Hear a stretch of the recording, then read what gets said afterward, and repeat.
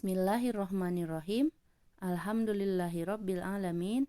Arrahmanirrahim. Maliki yaumiddin. Asyhadu an la ilaha illallah wa asyhadu anna Muhammadan abduhu wa rasuluh alladzi la nabiyya ba'dah.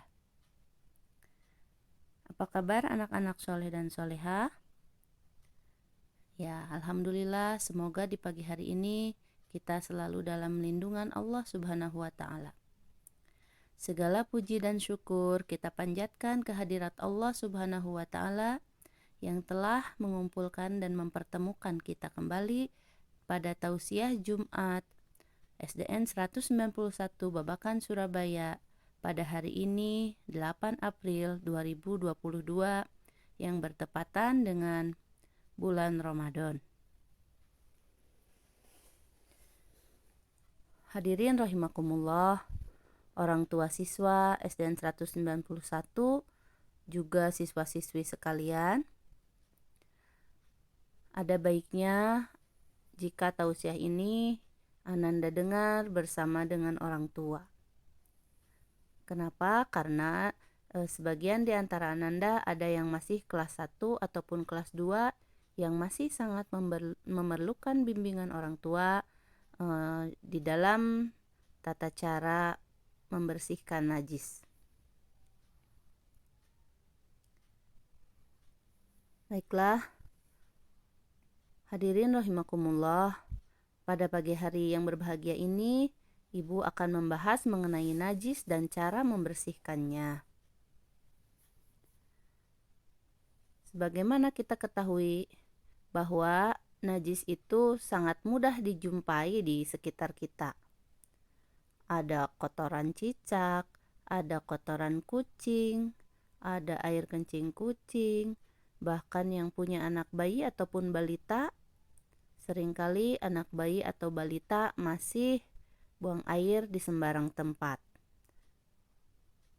Nah, ada baiknya agar kita lebih berhati-hati dalam memperhatikan masalah najis ini.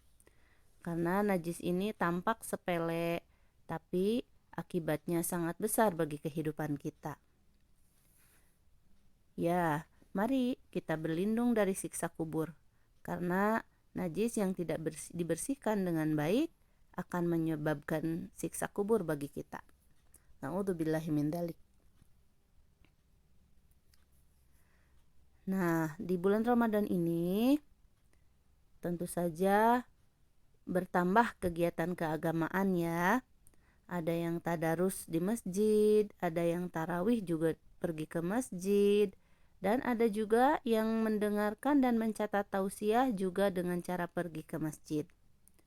Kenapa? Karena di bulan Ramadan ini Allah Subhanahu wa taala melipat gandakan semua amal, pahala semua amal. Oleh karena itu sangat baik sekali apabila kita menambah kegiatan-kegiatan positif atau amal-amal soleh, sehingga pahala yang kita dapatkan ini akan banyak sekali. Jadi pada intinya bulan Ramadan adalah kesempatan bagi kita untuk melipat gandakan atau mendapatkan pahala yang sangat besar dari Allah Subhanahu wa ta'ala. Nah, dengan banyaknya aktivitas pergi ke masjid, hendaknya Ananda sekalian ataupun orang tua memperhatikan bagaimana tata cara Ananda pergi ke masjid. Karena di dalam masjid adalah pusat ibadah bagi kita semua. Maka hendaklah diperhatikan kebersihan pakaian, badan, ataupun tempat yang akan digunakan. Nah, hadirin rahimakumullah, anak-anak solihin solihat yang Ibu cintai. Pertama, kita kenali dulu bahwa najis itu ada 3 macam. 1. Najis ringan atau yang disebut dengan najis mukhafafah. Yang kedua, najis sedang atau yang disebut dengan najis mutawasitoh. Dan yang ketiga, najis berat atau yang disebut dengan najis mughalladoh.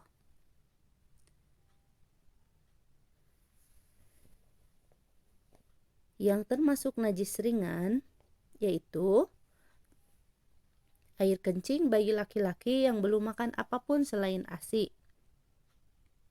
Ya, yang disebut bayi ada yang mengatakan sampai usia 2 bulan itu 2 tahun itu masih disebut bayi, tapi ada juga dikarenakan yang belum makan apapun, maka ada yang bilang juga ini diperuntukkan bagi bayi yang di bawah 6 bulan ya. Jadi intinya mau berapapun usianya, selama anak itu belum makan makanan lain selain air susu dari ibunya, maka air kencingnya termasuk ke dalam najis ringan. Tetapi sama halnya dengan najis yang lain, yang namanya najis tetap perlu disucikan. Karena kita tidak boleh membawa najis, ataupun najis itu tidak boleh terbawa dalam pelaksanaan ibadah umat Islam. Nah, bagaimana cara membersihkan najis ringan? Yaitu cukup dengan mencipratkan air pada bagian yang terkena najis. Boleh airnya diusapkan atau dicipratkan. Tidak perlu dicuci dengan sungguh-sungguh ya. Nah, itu saja sudah cukup mensucikan. Itulah perlakuan kita bagi najis ringan. Selanjutnya ada najis sedang. Di antaranya 1. Kotoran manusia dan hewan. 2. Darah haid dan nifas. Yang ketiga, nanah yang bercampur darah. 4. Minuman keras. 5. Bangkai binatang selain ikan atau selain binatang yang hidup di air. Yang keenam, mazi. Ya, Ananda sholihin sholihat rahimakumullah. Apabila Ananda menemukan kotoran manusia ataupun kotoran hewan, bagaimana cara mensucikannya? Tentu saja yang berkaitan dengan jika kotoran atau najis-najis sedang ini jika terkena pada pakaian atau badan kita yang akan kita gunakan untuk beribadah. Misalnya nih, kaki kita menginjak kotoran kucing, bagaimana cara membersihkannya? Paling pertama kita bersihkan dulu kotorannya. Misalnya kita hanya punya air sedikit, maka bersihkan dulu, bisa dengan tisu atau dengan alat-alat lainnya. Lepaskan dulu kotorannya dari kaki kita, lalu terakhir baru dibasuh dengan air ya. Jadi dalam membersihkan najis sedang ini, yang paling pertama adalah harus dibuang dulu kotorannya. Setelah dibuang baru dicuci dengan air ya. Dalam hal ini dicuci dengan air mutlak, yaitu air bersih yang mensucikan. Karena air itu banyak ya. Ada air gula, ada air kelapa. Nah, itu mungkin bersih tapi tidak mensucikan ya. Nah, kemudian kalau sudah dihilangkan najisnya, baru dibasuh dengan air. Air saja sudah cukup mensucikan. Bagaimana jika airnya tidak pakai sabun? Nah, yang mensucikan di sini adalah air, bukan sabun. Sabun itu hanya penyempurna karena versi kita ya. Karena kita senangnya yang wangi-wangi, maka pakai sabun untuk membersihkan bakteri dan juga menambah wangi. Tapi kalau dengan air saja itu sudah cukup mensucikan dari najis. Selanjutnya yaitu najis berat atau mughalladah. Najis berat atau mughalladah ini diantaranya adalah air liur anjing dan juga babi. Babi dalam hal ini adalah seluruh tubuhnya termasuk produk-produk turunannya. Nah, bagaimana cara membersihkannya jika ada air liur anjing terkena di kaki kita atau di sajadah kita misalnya ya?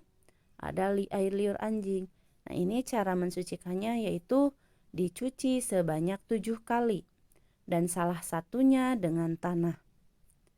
salah satunya ya. Jadi boleh yang ke-1, boleh yang kedua, boleh yang ketiga, boleh pilih yang mana saja. Yang penting di antara 7 kali siraman air itu ada salah satu di antaranya yang dengan tanah. Ananda solihin dan solihat rahimakumullah. Orang tua maupun anak-anak harus berhati-hati dari najis.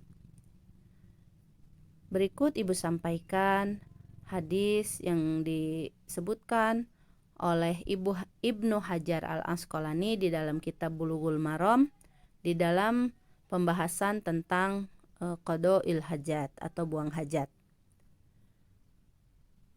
Demikian bunyi hadisnya. Wa an Abi Hurairah radhiyallahu anhu qala Rasulullah sallallahu alaihi wasallam